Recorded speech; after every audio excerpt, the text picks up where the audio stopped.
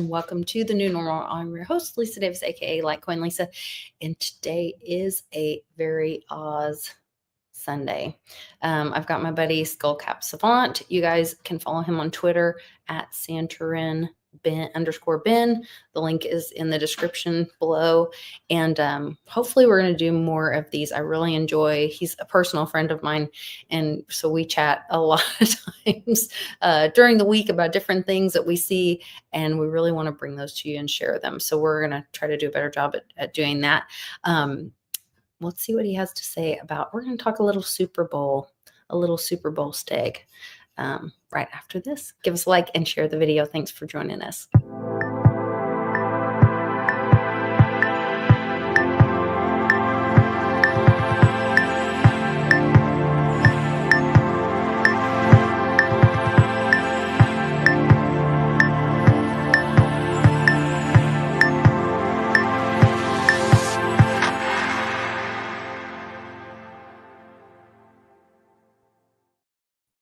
Happy Sunday, Skullcap SaVant. Good to see you.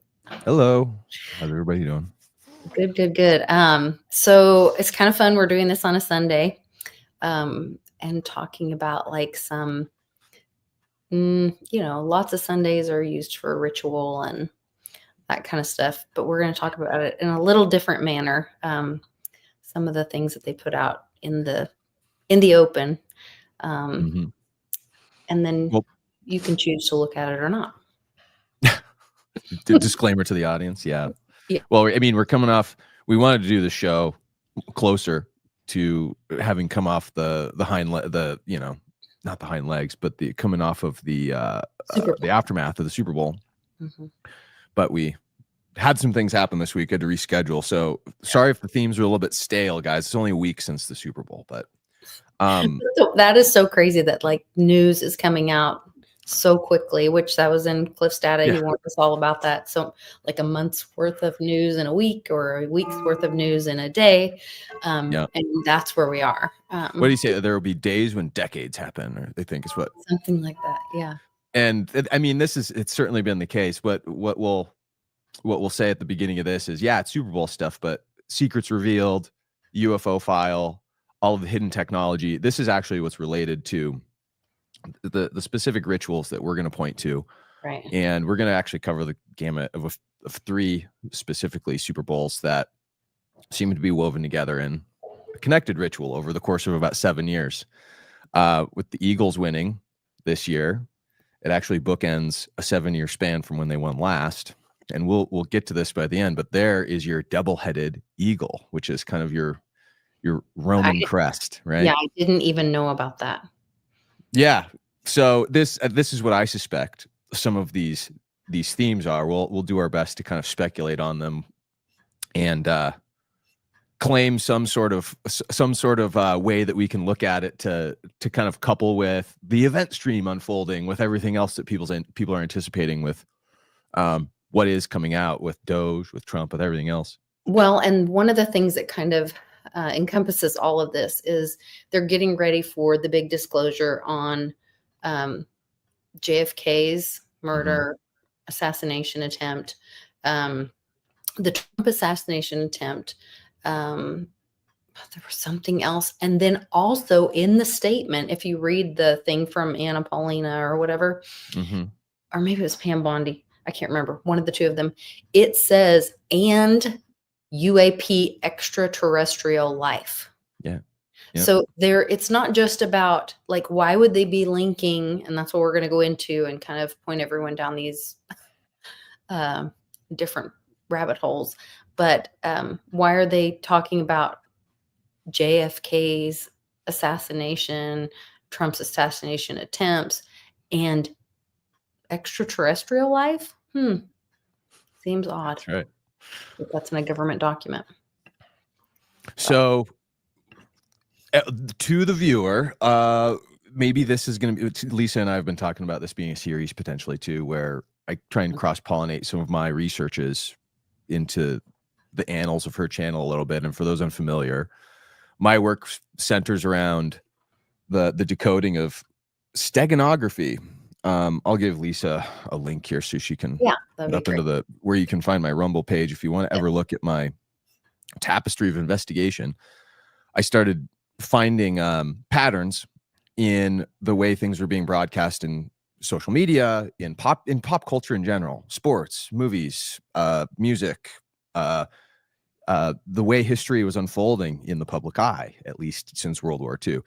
And what I found was that steganography is something that I had to attach to explain what was happening. I had to figure out, like, okay, why is this glyph, this character that we call the letter V is in Victor. So what you see, the V cipher community is blanketed all over the place.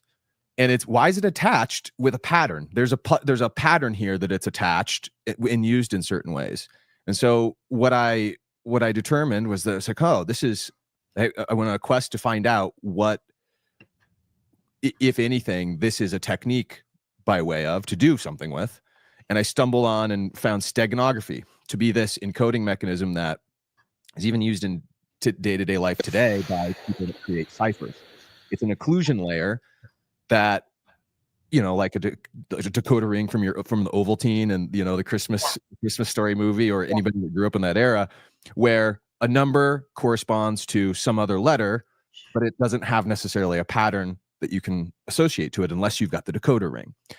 And that layer of encoding and ciphering is called steganography.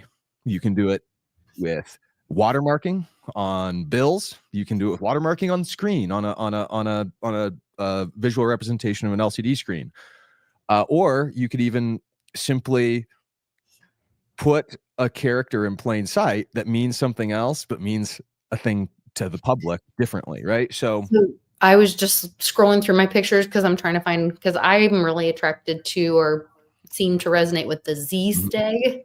And I know you focus on the V steg, so we talk about that a lot together. But there's a picture of the Masonic symbol, and it has the compass, which is a V, and the angle, or the square. It's called the square. Those are both V's. And then you had told me, well, a Z is really just two V's sideways. And in my further research, the Z is just another glyph. The things that have been used the longest period of time, it seems, have the most power because the most meaning has been able to be established over time with its incidence. And the straight lined characters, things like the letter I, the letter L, the letter Z, the things that especially both capital and lowercase are only designated with straight lines, the letter K. These are actually a class of our alphabet characters they call glyphs, you know, the straight line characters. So I think there's actually quite a bit of meaning behind each one of those. And, you know, I just haven't ever had the time to do the overall investigation on all of them. Like, here's another example, just to give you guys an idea. Notice Melania's dress is typically a comm. Well, what's on Melania's dress? A Z. Do you know about JFK Jr.'s tattoo? It is this Z with the sword through it. That's right. And then we'll get into some more of that later. But anyway. Comms is a really elegant way just to put it. Steganography conveys comms through occluded meaning. You can probably say pretty accurately about, and if you have the decoder ring, you can see what the meaning is. So with that as kind of, again, a primer for people that have never tuned into one of these streams. I don't do them with Lisa all the time. So you can, of course, completely be forgiven if you don't remember what the baseline is here. But through the work, and actually, there's a lot of cross-pollination and referencing that people in this community, they know Bix Weir and his work with the Wizard of Oz. Well, at some point, there was a point where the Wizard of Oz story and themes and things that he talks about with the financial collapse and what Oz portends for that starts to blend in with other aspects of mind control, malfeasance in ways that whoever's using these glyphs, this glyphs in a way of steganography to hide meaning, to maybe cast spells on the unsuspecting public. I started blending these together.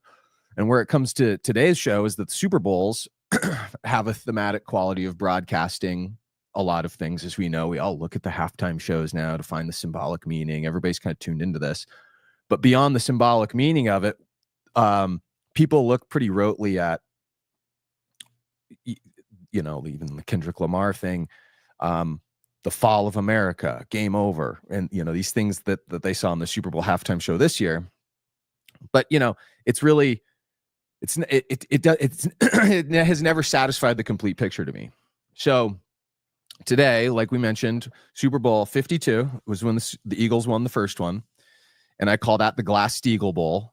And what like the year was Glass-Steagall that? Act, and which in U.S. Bank Stadium, which is made out of glass. Nice. It's the only stadium in the NFL that's completely made out of glass. And what year was that? What year? That was Super Bowl 52. So that would be 2019, 2018. Is that what it was? Or was it 17? Let's see. I forget the exact year, but it was 7 years ago from now. But I think it would be 18 then. Yeah. Oh, it would be 18. Yeah, because so that one was in Minnesota, and we'll get to some meaning behind that. Remember, associated with the V-Stag, as we go through today, there's some things. The Wizard of Oz is something to pay attention to. The theme of purple and gold, and the UFO file, and why are all these connected? And then we had them win last week, Super Bowl 59. But in the middle, there was Super Bowl 54, and I want to open today talking about that, if we can. Again, paying a little bit of homage to Bix and picking apart and showing people how much of the Super Bowl halftime show in 54 was a ritual for the road to root a collapse of the monetary system. So do you think that we can pull up the video of that and we can maybe just watch one of my decodings they did? Well, I'll wait till we talk about 59. The logo on 59 is a comm in itself. Oh, what's the 59 logo? I have to show you. The one with all of the New Orleans Glicks flares and stuff. Oh, there's a Glicks thing in there? There's a Glicks in there. Oh, really? So if you Google it, G-Licks. Oh. Glicks. Then L-I-X and silver. So I don't know. To me, that's a Glicks. That one got by me. And V-Stag or Choosy, or the X is VV, mirror, think mirror. Yeah, the X is, if you really, it's apparent when you look at the XRP logo, and things like that's two V's. It's a lambda and a V. By the way, lambda and V-Stag, like she's talking about, they're mirrors of each other. So lambda is something that comes up a lot in the V-Steganography also. Especially like mind control. You must have your they goggles on, or what is it? Is that the right movie? No, They Live goggles. They Live goggles to watch this episode. If you don't have your own They Live goggles, then you might not understand what we're talking about. We'll do the best we can. The lexicon itself is up to us to help it be more palatable and understandable to people. To bring people to understanding this, because it's really exciting. When you start seeing it, you start seeing it everywhere. Exactly. Here's what you had asked me to bring up. This So Decipher community. So let's start with this, and start unfolding this. You've never seen this either, so you're watching this fresh for the first time. This is a video I did Super Bowl 54. So that was 5 years ago. Yeah, so that's how old this thing is now. Look, you're just a baby there. I'm just a baby. That's two residences ago. So yeah, here I am. This is the early days of the work while I'm picking it apart, and my mind is still being blown a little bit every time I'm going through this. I'm sussing it out. I'm not totally 100% on any of this stuff, but the curiosities are just piling up over and over and over with patterns. And this was one of those moments where I just had to stop and laugh, because it was one of those paths in life where I'm so entrenched in Bix's work at this point for almost 10 years. I found stuff when I was in college on the college intranet. That's how I found Cliff stuff too. Wow. Back before, like how they have SharePoint servers in companies now with the company intranet, and they have all of their files and documents stored inside their internet silo. That's how file sharing happened before Dropbox and all this stuff. And so when you were in college, you just had these intranet servers, and all the students that were there, they'd load up music and, you know, movies and all that kind of stuff. But I was looking for stuff that people were posting that was interesting, and I actually found Bix's stuff and Cliff stuff in the college intranet. On the intranet of the college. That's interesting because most of that is, you know, academia is not the most open-minded. Well, it wasn't even, it was an environment controlled by the students. Okay. It was just a big file sharing arena that the college let the students share things across, because we didn't have the internet back 2006, 2007, and 2008 when I was finding this stuff. You know, it wasn't conducive to fast throughput. You couldn't stream stuff. Netflix wasn't streaming even. We were still getting the discs in the mail in college. And so that is kind of, at this point, 10 years beyond that, had built up my work and researches with this weird esoteric realm of steganography and what it means and how it's used and who's using it. All culminates here with some speculation that I have, but this is kind of a lock-in moment for me when I saw this halftime show, because as I've shown on here, everybody's seen, probably, if you've seen Bix's work, his relative parable decode of the Wishes and Rainbows comic books, both of them, the one that came out in 1980 or 1981 and the 2007 version. And they were only changed very slightly, but Bix very accurately decoded all these things that were memorialized in the pages as it relates to this Oz ritual that's unfolding relative to the banking collapse even, and the silver rig. So there's your setup. Go ahead and hit play, and we'll just watch me for a second talk about this. Yeah, let's do that. This also plays into, as far as current events or timing. Today, they're calling for E-Line to audit the Fort Knox. And so, really? He's going to do that now? Oh, I didn't hear that. So that kind of is the current event moment that ties this all together with the silver. Like, what will they find? So, good deal. Gosh, the clock's going to go off. I hope they can hear this. It should be short. Maybe I'll delay. Just a second. It's my husband gave my mother his mother's grandfather clock, and she loves it. It's wonderful. It's really nice, but it's noisy. Okay, here we go. Plug-in, we're going to be referencing in the very Super Bowl ritual this Wishes and Rainbows Road to Ruta theory. And I'm going to show you how it's blatantly right in front of our eyes, where the Wizard of Oz stuff factors in and melds with Bix Weir. So I guess we might as well just dive into here. So anybody who's read his stuff and knows about the Wizard of Oz knows the Emerald City is the theme here for, you know, where the yellow brick road leads. And again, guys, the Bix Weir stuff is wonderful. I've got the sound turned off on the Super Bowl thing because it's going to get a copyright claim otherwise. So we're going to be watching this without sound. I'm guessing everybody can go get the Super Bowl video. I'll link this in the description too. But I'm starting at the 8-minute and 17 mark because this is actually where the Emerald City ritual begins. And this is actually where they're introducing Jennifer Lopez. I think back at the beginning, you've got Shakira. The one image that was striking with Shakira is that she was in rope, some sort of bondage with rope right here, and she kind of casts it off. And of course, that goes back to the tarot, the devil card we've talked about with the X and the V steganography. We'll get to that by the end of the video too. But at the 8:17 mark, we have the Emerald City ritual starting to play out. And here comes Jennifer Lopez. And just like in the Tin Man analysis that Bix Weir does, you've got the silver kind of witch character here. And clearly all of the green Emerald City symbology. We're not going to go too deep into this stuff because we do have a lot of ground to cover. There's a ton to cover here, but she does this whole cross ritual. Silver's crucified on the cross. Like Silver's kind of, crucified up here, and all of these people down below are the slaves. That's what the bondage with the devil card was all about. Was the bondage. You have all these people enslaved by the silver rig. And I'll pause it right there. That's our first term of the day, Sesame Street style, silver rig.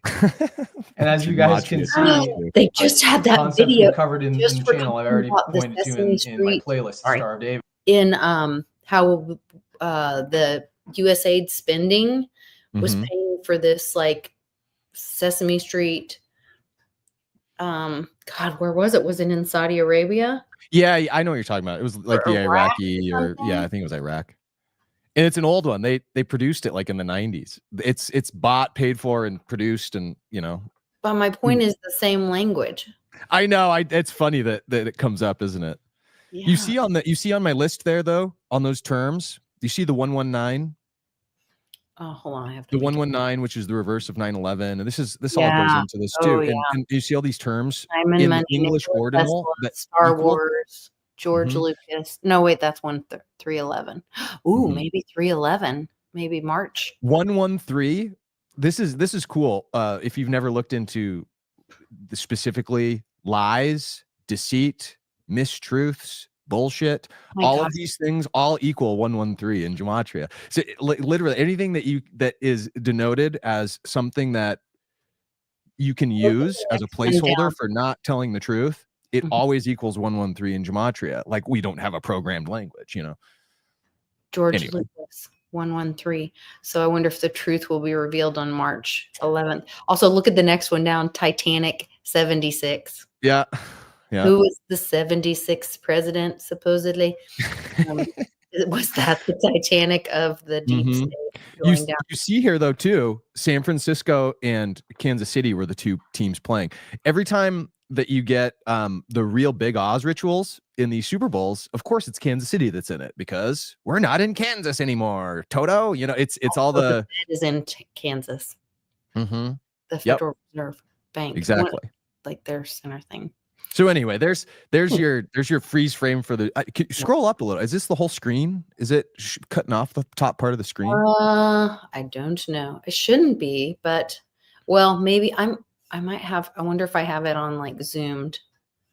Oh, full screen like that. That makes sense. Oh, it just looks to me like it's not scrolled up all the way or something. I don't know why, but that's okay. It's not really affecting any of what we're talking about. Okay. I think because you mean like this? Yeah. You see there was stuff on the top there. I was wondering where the other terms were. And Groundhog Day. Yeah. We can get it. Groundhog's Day 2-2. Groundhog's Day is always weird. Ritual day for V steganography. V is also the 22nd letter of the alphabet. So in gematria, V equals 22. And so when you start to see 22 stuff all over the place, that's a form of V-steg, because again, it's just the swapperoo, the ciphering, the decoder ring aspect of what's happening with that particular glyph. The days that we also denote, V days, like Victory Day or Valentine's Day, or things like this to this nature also factor in pretty heavily, you'll find when you look into this stuff over time. But yeah, I wanted to mention, and I put it in the chat really quick because I was like, Elon's parents supposedly made their riches in emerald mines. That's a good one too. Yeah, so that's probably V-steg also, and Emerald City. It's interesting. That's good job on that one too. You've given me like 3 of them already today that I'll make you. I haven't really considered in the past. That's why it's so fun to have these conversations, because I'm learning stuff from you, and then you hear something that resonates with you. And they say when you hear the truth, you can feel the truth. Like when somebody's BSing you, and you feel the truth that resonates with you. So anyway, I love this. This is a lot of fun. Okay, should we play more? Yeah, continue to play. I want people to see. Well, you got to give props to Bix for finding this stuff out. Irrespective of amazing anything else, he's the man. It's still his fault that now we're all down these rabbit holes. I know, probably. Which is the Merkaba.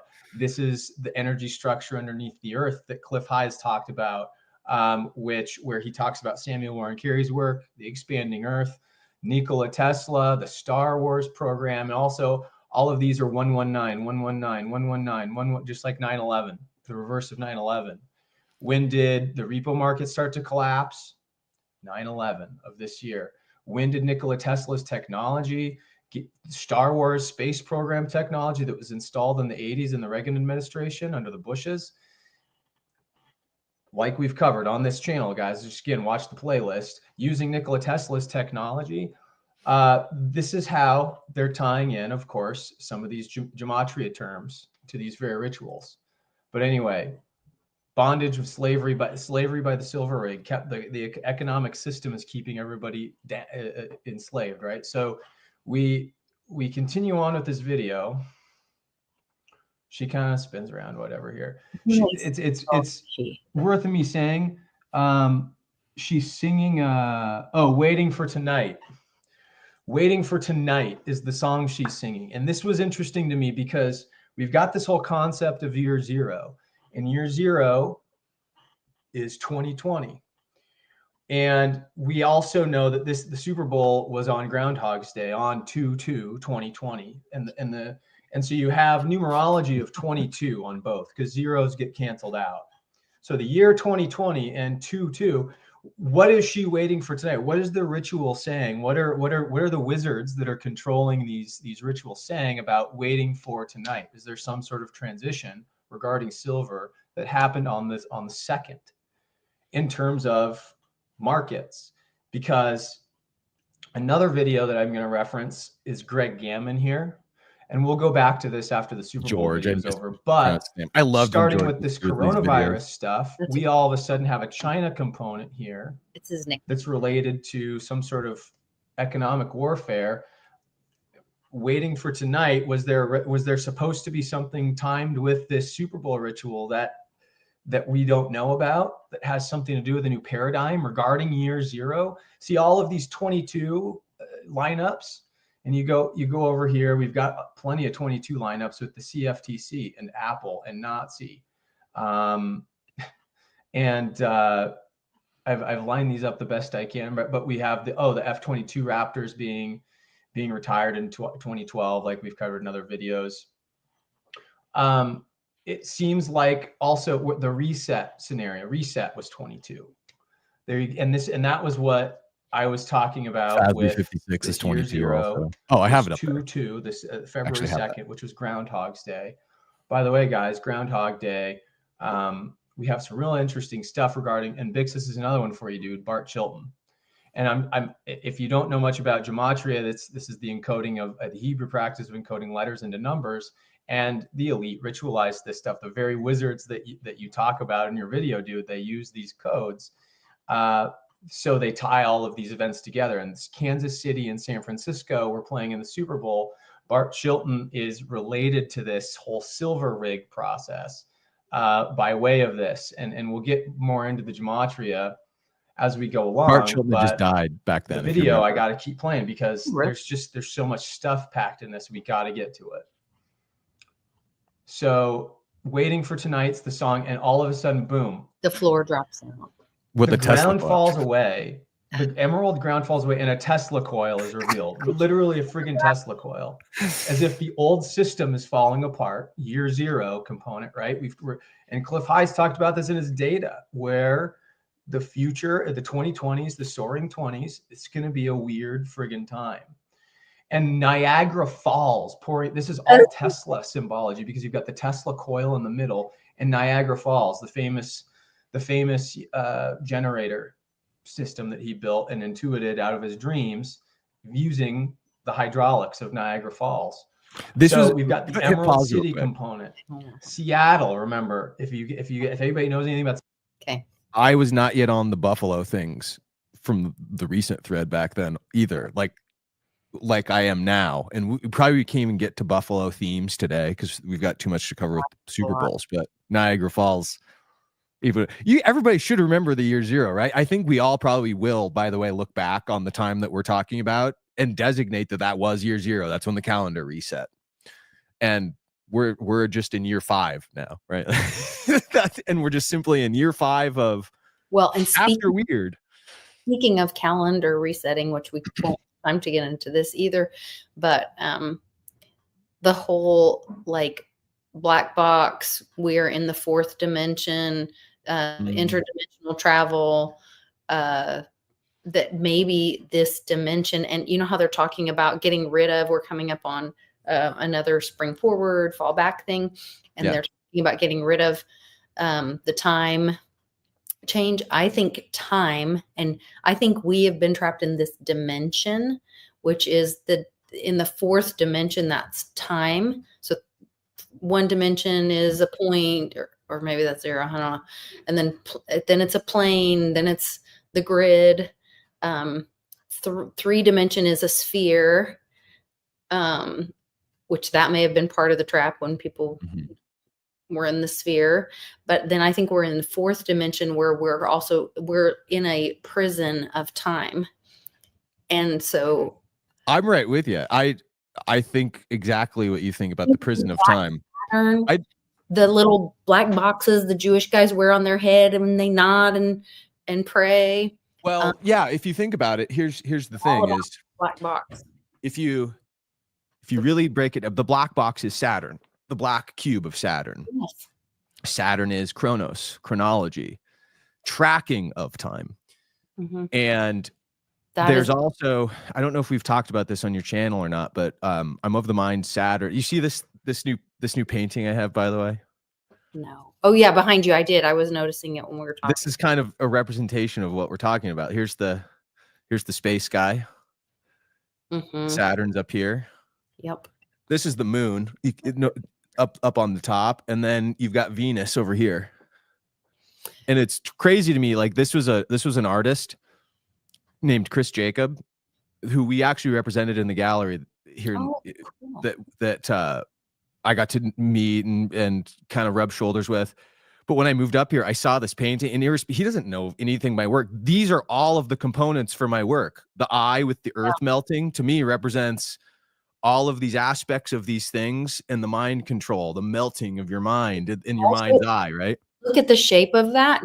Think about the missing flight and the plasma orb. And then the plane went through it and went to another dimension. If you watch the movie Interstellar, at the end of it, it talks about like we don't have to change our physical location. That's how this plasma free energy. Yeah, I really dispute that gravity is a dimension, of course. Like they ascribe in Interstellar. Negative gravity is. So gravity. No, well, here's the thing. Gravity is just the result of magnetic acceleration of two objects toward each other, and magnetism is really the force at play. Gravity is just a calculation of a resultant magnetic acceleration of two objects combining toward or it's a distraction from the truth, because they didn't want people to know about the power of magnets or magnetism or anti-magnetism, repulsion, propulsion with magnets. So they start talking about gravity.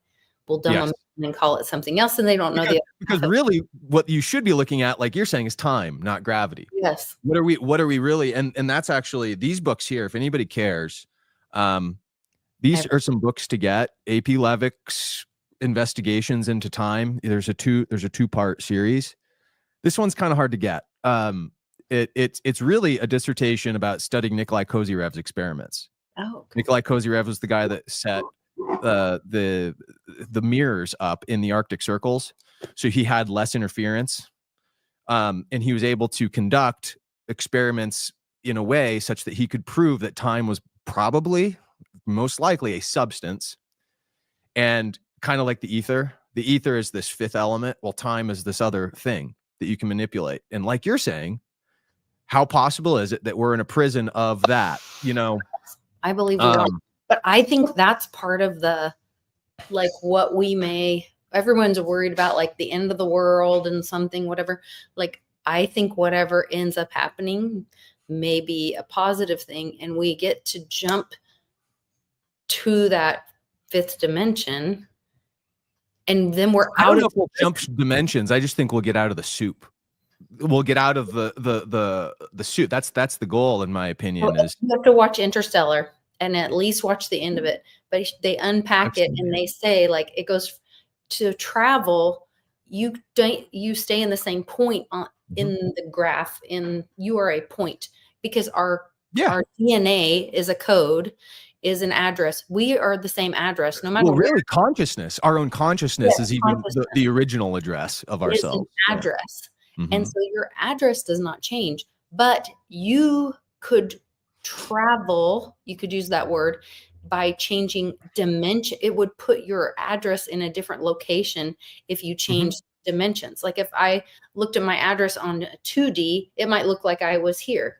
But the minute I folded the paper and went 3D to be a sphere, I could be over here. And you don't even need to fold the paper. It's all entangled so in a Right. mesh that, you know, that's how we just have to figure out the But we have to mechanisms wake of up that.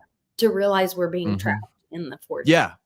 And back to Saturn, the rings of Saturn are some of the most unnatural things in the moon itself is very unnatural, but the rings of Saturn are also unnatural. And we'll get into this maybe another show where we Sorry, I'm getting dive into the possibility of Saturn itself being a time device. Yes. A time instrument that is That'll be our being broadcast at us to do this, right? That's my speculation. It's kind of spooky stuff, but I love it. anyway, it factors in, you know, to the Super Bowl ritual, like we're talking about the trapping of these ideas in time. So to reset everybody, sorry for the tangent, everyone. But again, we're back to the Super Bowl 54 here. The floor is just falling away. The themes of the Tesla technology, UFO, secret tech future are being conveyed, and the Emerald City secrets are clear as day with the Silver Rig ritual center stage. There we go. Seattle is called the Emerald City. You're gonna see how this plays in. So the ground falls away. Niagara Falls pours in all the Nikola Tesla new paradigm. And by the way, I've got this pulled up again. Remember, go see this movie, The Current War, because the current war is the current war being fought in the shadows.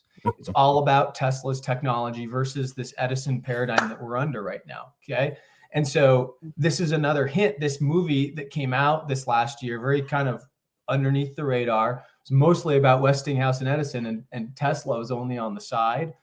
But this movie, guys, is the whole steganographic, or not as much steganographic with this, but symbolic component of this is that this is the current war being fought, this proxy war of economic and new technology paradigm proportions. And that's what we're getting here with this rituals.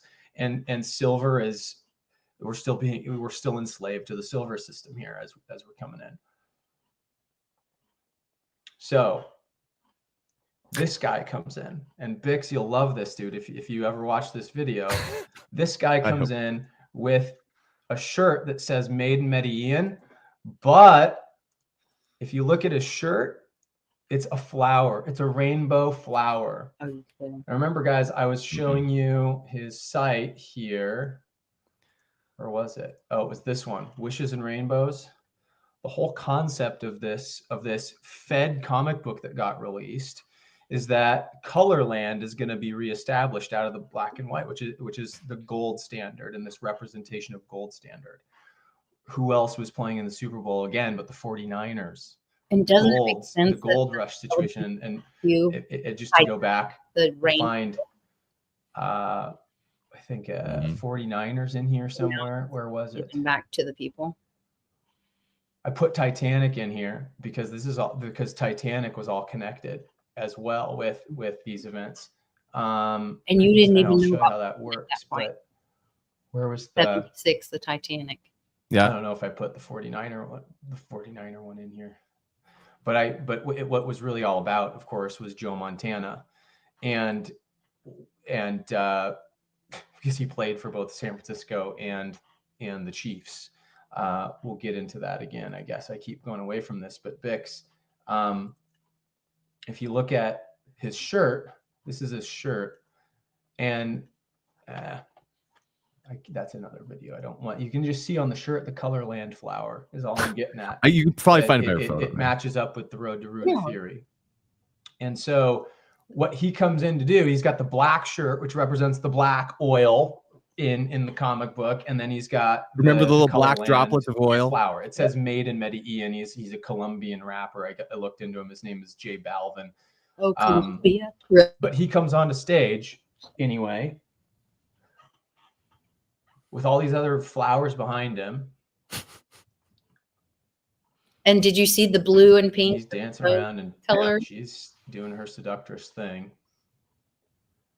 Now we don't have anybody in bondage anymore. Now we've got women dancing around. They're, they don't seem to be enslaved like the so dudes hit pause. were almost. Now they're kind of, they're in sync with her. They're not like bowing down to her. They're What I probably didn't emphasize enough is that the bondage is gone. The men are gone. They're out of slavery. And then Silver's like no longer sacrificed on the cross, and they're women that aren't in bondage, but only after Colorland is established on stage. And then Silver's like got all this new reinvigorated energy kind of a thing, right? Isn't it weird? Well, and right now, I mean, some people, not that we're not already talking woo-woo, but believe that, like, there's a lot of women judges that are being put in. And like traditionally in tribunals and like in the tribe world, it was the women that were like running the communities or whatever. Yeah, the matriarch. It was a matriarch. The patriarch and the matriarch are necessary. That's what I hate about today's terminology. Oh, it's a patriarchal society, and it's like, well, no, it's a partnership. But yeah, if you think about community, like women are more. It matters to women to hold the community together, and the part of the reason, to just be real factual, that they could trace the bloodlines if you did it through matriarch, because the child had to physically come out of the woman's body. So there's proof. Otherwise, well, he might be his son, but we don't really know. Yeah. No, I mean, so that's just to be really factual and not politically correct. Right. I prefer to be not politically correct. Exactly. The not part. So, with all of this, the matriarchal thing, by the way, like, there's the Venus right here. It's the goddess. This is the other part of my work, is that there's in the background, I found the way that V-Stag is being used probably as a template for locking in certain mind control beats across all these popular media outlets. But I also found a lot of things that it may be being used as a counterspell against itself, like, or another faction is using the same steganographic kinds of techniques to let us know that these are there. The way that I've always thought that the V-Stag works, in fact, is kind of like a reverse of the way people understand remote viewing to work, where you know how remote viewing tasking is given, right? Somebody has an inquiry, they write it down on a sheet of paper in a random set of letters and numbers, and then it's given to the remote viewer. And the remote viewer is somehow able to decode from all of these letters and numbers, just by thinking about it, the accuracy of the representation of what was encoded in that set of numbers, right?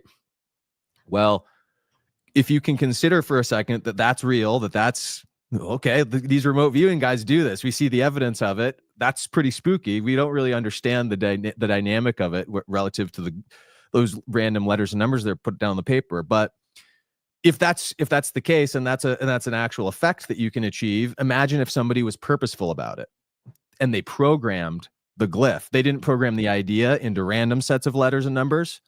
Instead, they use very purposeful sets of letters and numbers that have established meaning, like V, like Z, like all these glyphs. And if they have that established meaning and they know what it means, it actually maybe even packs that kind of a meaning into it when they use it with that purpose.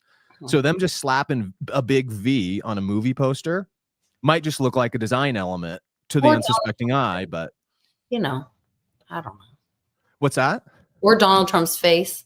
Exactly. Well, yes. To me, this was a very, very sophisticated ruse. In my eyes, a way of thinking, that is V-Steganography, of course, to indicate this is kayfabe. This is an act. Was he really in danger that day? Yes, I think so. I think the guy that was shot in the audience, I think that he was the real assassin. I think they caught him, and I think they shot him. And people don't really look at these things with that lens without the steganography. That's the thing. Did Donald Trump put himself into harm's way on purpose so that could happen? I think so, yes. He was actually a target that day, but the intel that his side had far outweighed the other side. And the steganography itself, used by his good faction, remember, here's an example of maybe how it's used to push things forward. Because it was that moment. It was a galvanizing moment. You want to capture that moment. You want it to be something that you can use to carve people outside this milieu of mind control that they're in. So to me, yeah, it was a very, very, and you can watch my decodes on the more recent stuff. You and I can get into some of that stuff if you want to at another juncture. Yeah. Where I actually have done these kinds of decode videos on that very thing. But yeah, these are the ways by which they're embedded, they're planted, they're cast, just like casting a spell, casting something into a mold, like even a sword or a tool. You have to cast it into existence. Otherwise it doesn't have the effect at all. But anyway, yeah, that's so the LIV halftime. And then literally when I said, look at the logo of this one.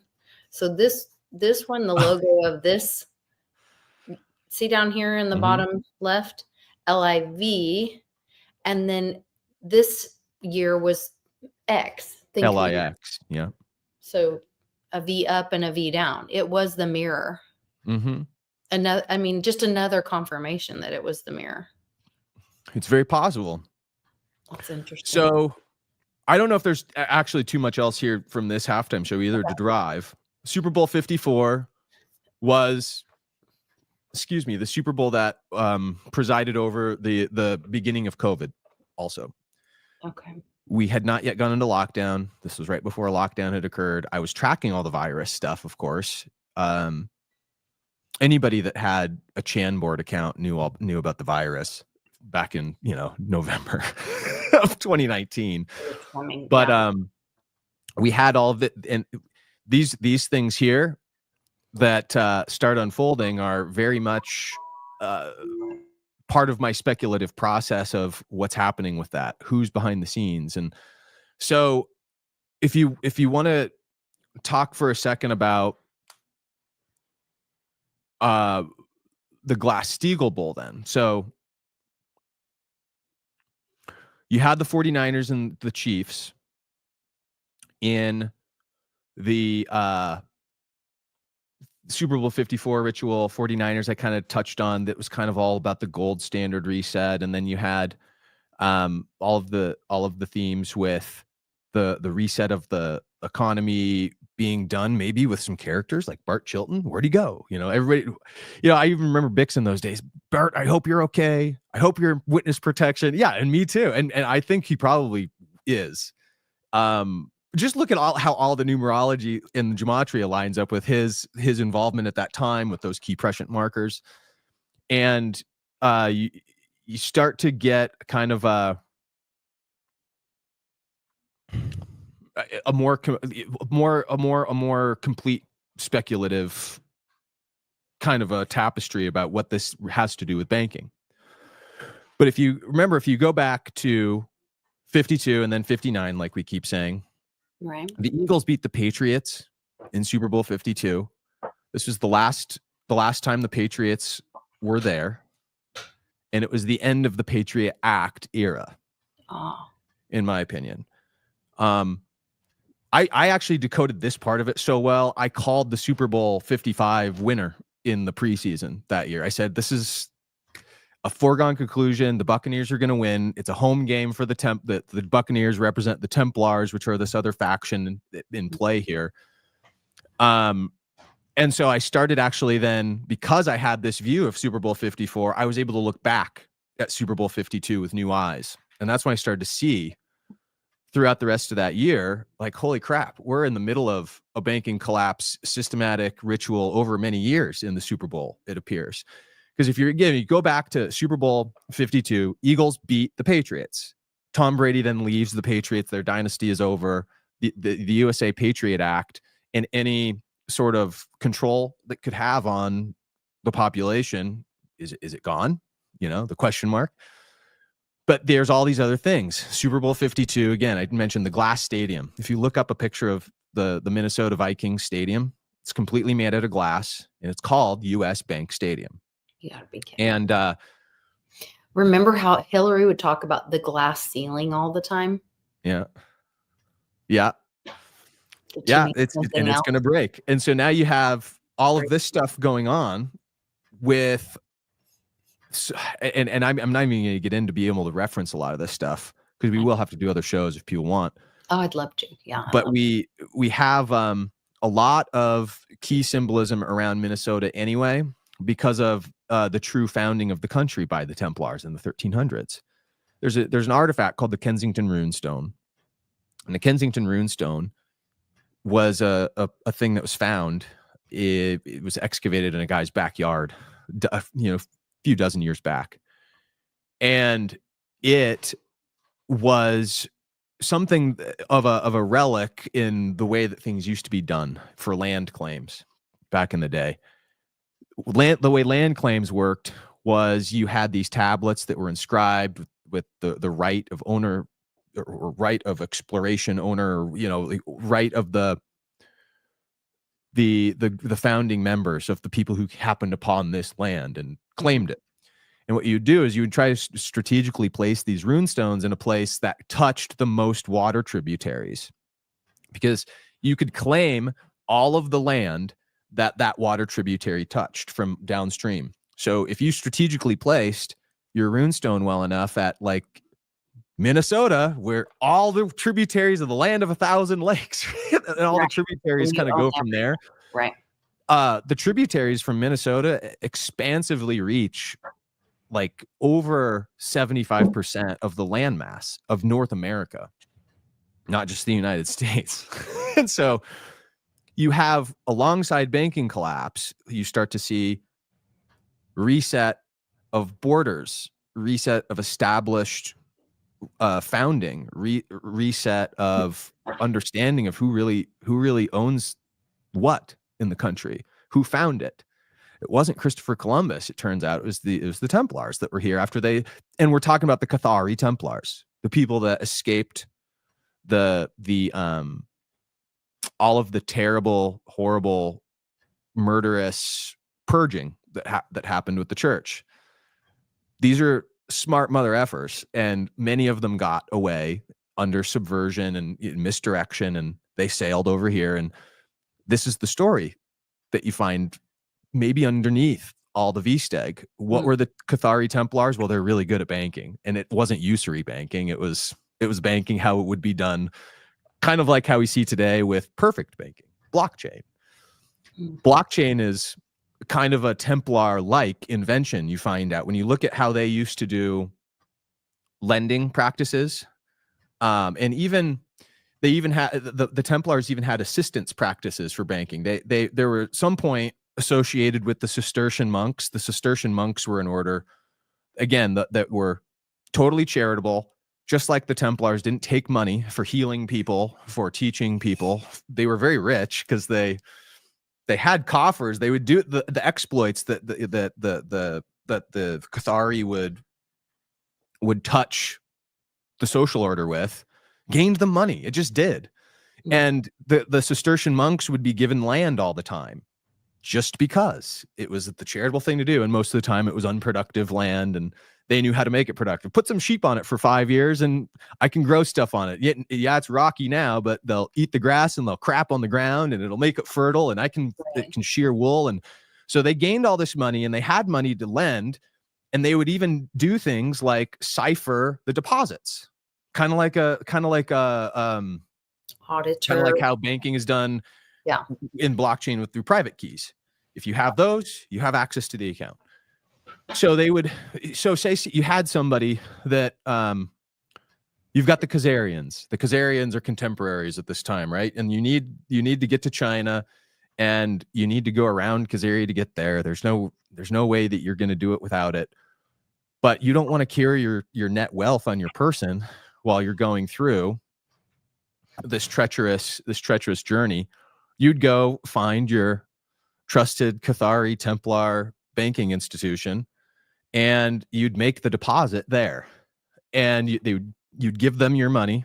They would take it, and they'd give you a note, and the note would be steganography at its finest. It would be a note like that said something very unassuming to a loved one that you're going to visit in China. But it was a coded document. So all of the seed phrases for what needed, so to what the banker in China, the Templar banker at the banking center in China might need to decode the note, was all there in the note. So you take the note, you go around Khazaria. Hey, some bandits stop you, and they try and pillage your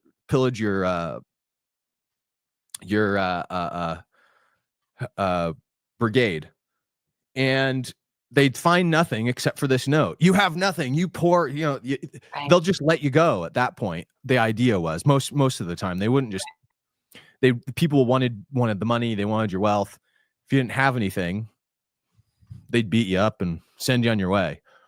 But at least you'd have the document still, because why would they take this love letter to your loved one that's in China, where your destination is? But the idea is when you got there, the banker, the Templar Cathari banker on the other end would have the document and say, oh, okay, there are those seeds. And then somewhere on there would be how much they owed out of the deposit. Oh, here's your money. And they wouldn't charge anything for that.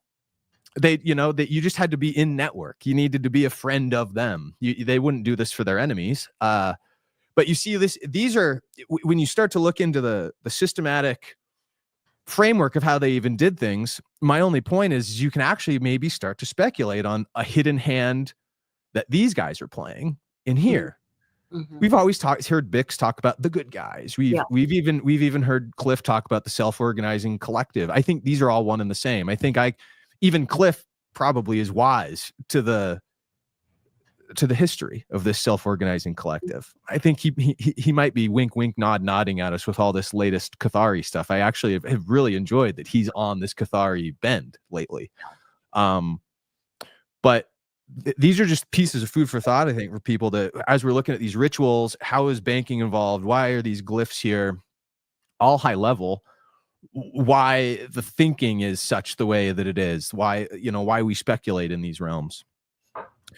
So if the banking collapses to happen and Glass-Steagall is to be the pin that gets pulled, what happens? And I wonder if US aid is eventually going to get to the point where we just abolish Glass-Steagall, and that's the final grenade. Or is it FASB 56? Catherine Austin Fitz's missing money investigations, right? But now that it's exponential of that at this point, of what Catherine Austin Fitz found. I mean, now it's... Well, I think it was exponential to begin with. She only found 21 trillion missing that she could account for, remember? And now it's like 36 that you can account for, but how many quadrillions got funneled off books? Well, and you're starting to see like Christy Noem doing a clawback on FEMA.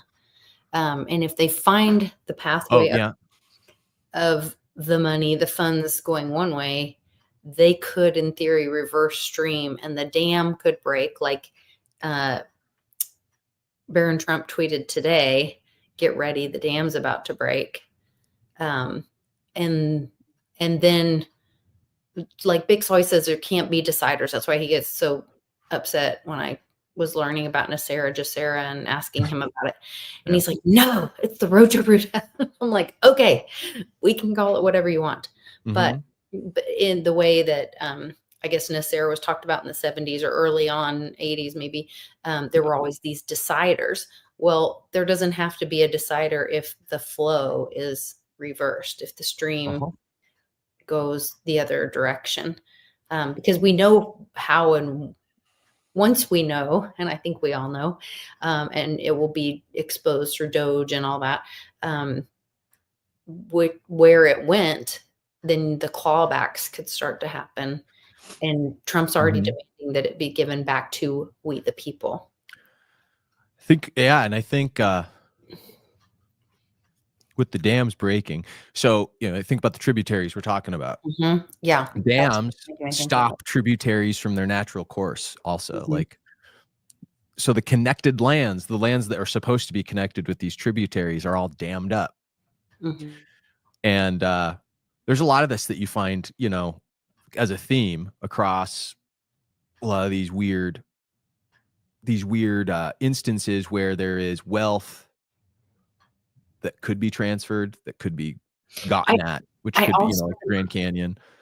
yeah, I don't know how much longer we're going to go, but I want to mention one of the ads I keep seeing is this sans air filter, Mhm.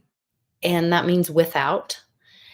And it's on President's Day. There's a big sale for these sans air filters on President's Day. So does that mean without president? We will have no presidents. And like that Is President's Day Monday? Is that what it is? Tomorrow? Monday, the 17th. But, Yeah, the Q17 this year and all yeah, that stuff. it's also relative. Clint Westwood's daughter's birthday. Happy birthday to her. Ha. So I don't know. That's where I'm just like, okay, how apropos. So it would be a 3-day banking holiday, over the weekend plus Monday. I also thought it was strange that they're talking about, they moved Kash Patel's confirmation vote to Monday. I'm like, they're not going to be there on Monday. It's a holiday. Yeah. How could they move it to Monday? But supposedly the vote will happen on Monday. But will it not matter? Will something else, will the dam break? And will we see, like, maybe Trump Or is will just one of them break? right And now? There is no president. And how many dams are there to break? Right. Is it just the one? I don't know. It's probably, there's so many dams. It's like, Well, wasn't in Cliff Eye's data that and I don't know if this was just a trigger. Yeah. Or if but the Three Gorges, or what is it? Three Gorges Dam in China. In China was its structural integrity was challenged back in 2019. And I don't know what they've actually been able to do. Whether it actually broke then, or if that was broke then, or if it's still waiting to back or happen. Anyway, but that was connected with the banking collapse. You know, the one I'd be waiting for, honestly, this relates to Oz too, but I would be looking for the Lake of the Ozarks Dam to break. Oh, interesting. OZ. Mm-hmm. So here's an interesting thing for you. Have you ever looked at the Lake of the Ozarks? I guess it's perimeter, the shape of its perimeter. Yeah, let's pull it up. So I'm very close to that right now. Yeah. The series of the Ozark, the series, incidentally, this is an allegory for Oz too. They're looking to get to the Gold Coast in the first season, the yellow brick road, the Gold Coast, and the poppy fields burn when the flowers in the field burns when the empire falls. There's a lot of Oz stuff. But if you zoom into its pattern, so you see how Warsaw, that's interesting that's the tip of it. Yeah. You see how it's like Poland. Well, do you have an image search? Do an image search instead. It might actually come out better if you just look at like a flat out from satellite image of what it looks like. Images. So Lake of the Ozarks, like bird's eye view, maybe put.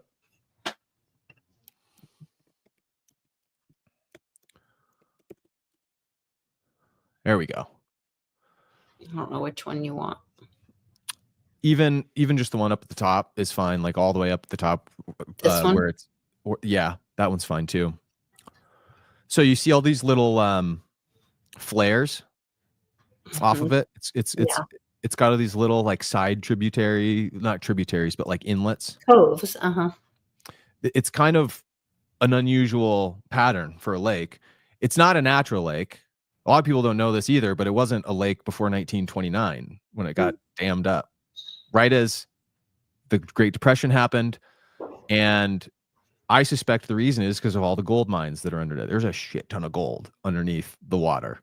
So many gold mines were covered up with the water when they dammed it that you compare it to the Grand Canyon is the point with naturally occurring gold. and you look at how the Grand Canyon formed with a big lightning bolt, right? We in this community are much more aware of the actual formation effect of the Grand Canyon.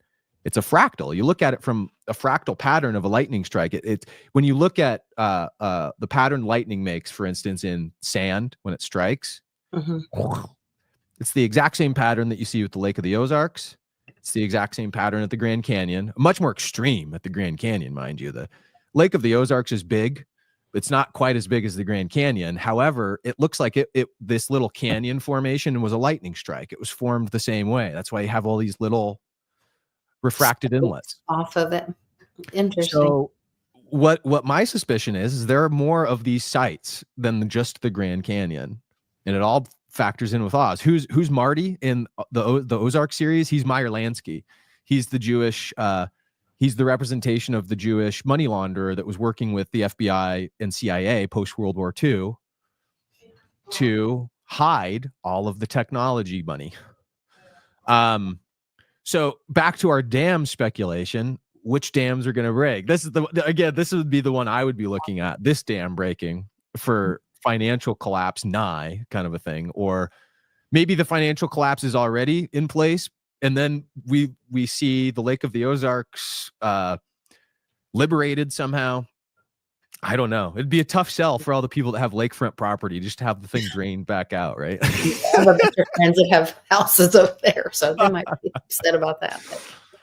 Anyway, but maybe not if it opens up a gold mine underneath. Yeah, I know, right? Like, yeah, man, it's these times are going to be interesting to see. We've got our double-headed eagle now with the Super Bowl 52 and 59, and we'll get into some of the other banking stuff around specific Super Bowls if anybody wants to. But because the other videos I shared are essentially going into this purple and gold tie-in. Remember I mentioned purple and gold at the beginning. And helicopter crashes this year, right? Like, let's just put it there. Yeah. Kobe Bryant had just died in a helicopter crash when Super Bowl 54 happened. He just died like the week before. And there is a distinct number 24, purple and gold, land of the lakes. The Lakers were originally from Minnesota. They were the Minnesota Lakers, the Minneapolis Lakers. They weren't the Los Angeles Lakers. It makes more sense, right? They came from the land of the lakes. Wow. And the Vikings are purple and gold. I mentioned Joe Montana. There were a lot of moon rituals around Super Bowl 54 also. And what does it have to do with things, right? But Joe Montana and Warren Moon were both corresponding with each other back and forth that year too. Warren Moon was in a scandal in Seattle. He was a Seahawks announcer, the Emerald City, Seattle, the Emerald City. Okay. And he was involved and entrenched in this sexual scandal with, it's like maybe one of these humiliation rituals that they have these rich guys go through. And he wore purple and gold for the Vikings. Who are the Vikings? The Vikings are the Templars. The Vikinger is a term that's used that just means pirate. Phoenician pirate. That's who the Templars are. The Cathari Templars. They're the Phoenicians. These are the guys that came over here. Why? And the Kensington Runestone, all to hide the Kensington Runestone. Well, when Kobe died with the helicopter crash, all of a sudden in the news, you also get all this other stuff come out, UFO related. It's the start of it. It's the COVID epidemic. It was 2020, year zero. We're off with a bang. And then you go and you look at Nixon and Elvis.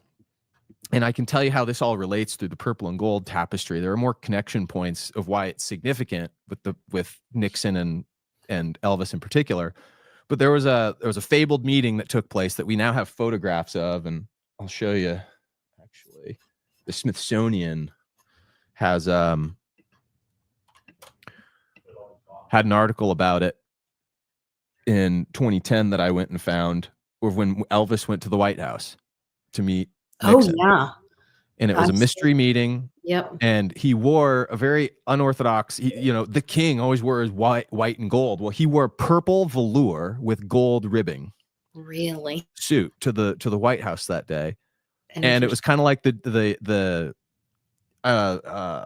Jimmy Gleason story. If everybody's ever heard that, where Nixon took Gleason to see the UFOs in Area 51. Gleason wanted to see him, and Nixon to, and there's something suspicious here with this Elvis thing too.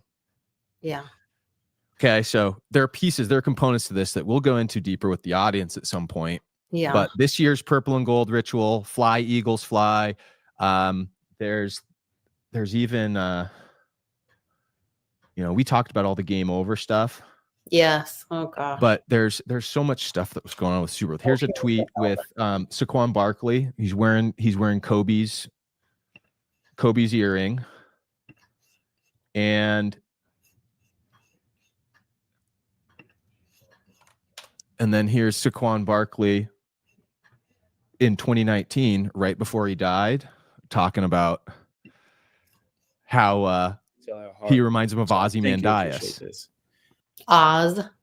Oz. Ozymandias. And Ozymandias also, it's an allegory for empire collapse. That's what the story of Ozymandias is. Oh, he walks across the ruins of this great empire, and at the foot of the statue where this great emperor used to live, it's just in ruins now, right? It's this story about the transition. Notice the silver necklaces. There's the silver, yeah. That was one thing I wanted to before we end. Let me see if I can get it on here. The little visit from X this weekend to the White House. Well, there's a quick Z. I'll do a quick Z. Oh yeah, do some Z. Notice. There's the thing. I was wondering what you were talking about. You're right. Yep. And it was the day that Tulsi Gabbard is being sworn in. Now they're talking, stuff's coming out about Zorro Ranch, and you can check my Twitter for more information about that. This is underneath Reagan's portrait. Is that where this one's situated? Yes, this is right under Reagan. And notice the Z. And then this is the JFK Jr. showing his Z with the knife, which very much that little whip thing looked like a knife with a Z. And you showed Melania's dress already, which tied into it. Yeah. Oh no. Where'd my little Doge guy go? There he is, mini Doge. Little X showed up on Elon's back and shoulders and everywhere. And Elon specifically showed, and look, he's wearing this big silver chain. Oh, did he really? He said that? Like a gang. Yes, he pointed it out. Elon pointed it out and touched it. And it is way too big for that little boy to wear. Yeah. But it is a silver giant chain. Anyway, it's just all there if you want to see it. Yeah, we'll have to structure this stuff better for the audience next if we do these shows. We get these we get distracted. The ideas that we need to just to get out in advance, but sorry for I apologize to everybody watching for the somewhat fragmented nature of our through lines whenever we do these, because when Lisa and I try and schedule them, stuff happens in the middle of the week. We got to pivot, and then can you do it tomorrow? Sure. And so maybe we should just do a standing show on this stuff where it starts to build over time. Wednesdays. People can, because I know people are lost even after a talk like this where it's you and me just probably geeking out more than anything. I think so. I think you would be surprised at how many people do see, if you see Steg around in your environment, let us know in the comments. Or if you think you see Steg, and we'll help you tune your understanding of it, and we'll tell you why it is or isn't in our opinion, maybe. Yeah. But I think having the conversation is important because you do kind of unpack it for each other. I said some things that you were like, oh yeah, I didn't see that. Or you say all these things that I'm like, I hadn't put that together and I don't even know what that is. And, so it's great to have that conversation. That's where the community part helps uncover. And maybe that's because that's consciousness coming together to see the truth a little more clear. I think it's a big Zoo component says, of it. no, we aren't lost. And Flava Flav, Fever Flav, sorry, not Flava Flav. Fever Flav says no apology necessary. So thanks, guys. But we will do these on a more regular basis. We're going to pick a time that works for both of us during the week, either Sundays or Wednesdays, and figure out that we can be more consistent with this, because I love this kind of stuff. This is really exciting to me to talk about, and especially when we apply it to current events and all that kind of stuff. So help people unpack it. So thank you so much. You're wonderful, Ben. This is fun. Thanks for the invite once again. Yeah. And we will. We'll maybe Wednesdays. Wednesdays seem to work pretty okay for me. We'll see if we can lock in an actual time.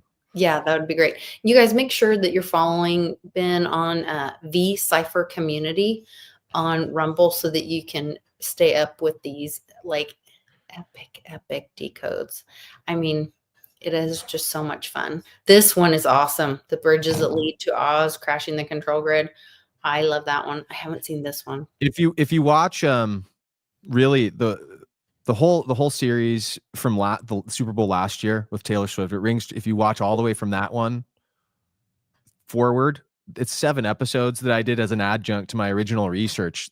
That some of the beats you won't recognize unless you saw some of my other stuff. But I'm always really good about that. If you want to go watch my things, I link everything in the description that you need to watch prior. I put all the reference points there for you. So you organized, unlike me. Unlike you don't do any of that. I do the best I can, but I'm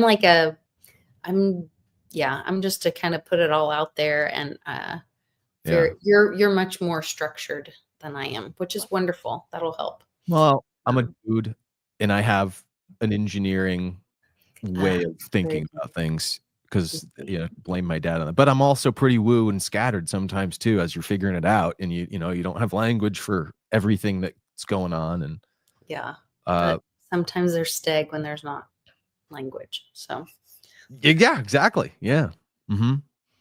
But the Trump ritual stuff is in those last 7 episodes I did last year.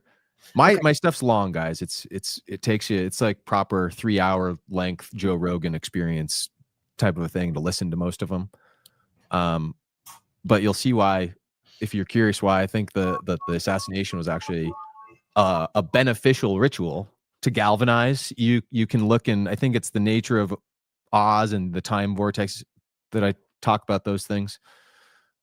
The ones that are the one with the big earth and tied the clock photo, and then the one with the dog coming out of the diamond on the oil rig there. Yeah. That's cool. And you'll also see why I think July 19th last year was more significant than people actually give it credit for. I think that was supposed to be our Project Bluebeam experience. And look, you put stolen time on the one from that's why I'm in accord with what you said at the beginning of the show with and I talked about this stuff pretty deeply in this regarding Saturn, Lisa. I'm going to go watch it tonight. I'll show you the one to watch. Scroll a couple pages back. Okay. If you really want to get into this time stuff, it doesn't have anything to do with my more recent stuff. But if you scroll down, go to the next page. Keep going. There it is. Saturn and the moon. This one. Okay.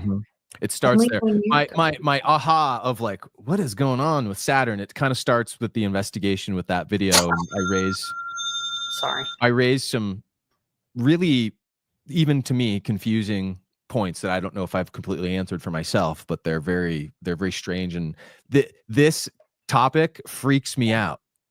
Not much freaks me out. Yeah. But if Saturn is an instrument, what are we supposed to do about that, right? If we're getting broadcasted with, let's use Cliff's Schumann resonance. The Schumann resonance, he said, is being messed with, right? By what? How are they doing this? I think it's more the moon. Possible? Right? I don't know. I can't wait to watch this. There you go. All right. Anyway. Now I have 2 I have to watch before Wednesday. Well, thanks again, Ben. This is so great. I love it. And thank you guys for watching. If you liked it and you want to see more of these, let us know in the comments. And I think it is. You can still find my Rumble page by the way, rumble.com/Skullcap SaVant will get you there.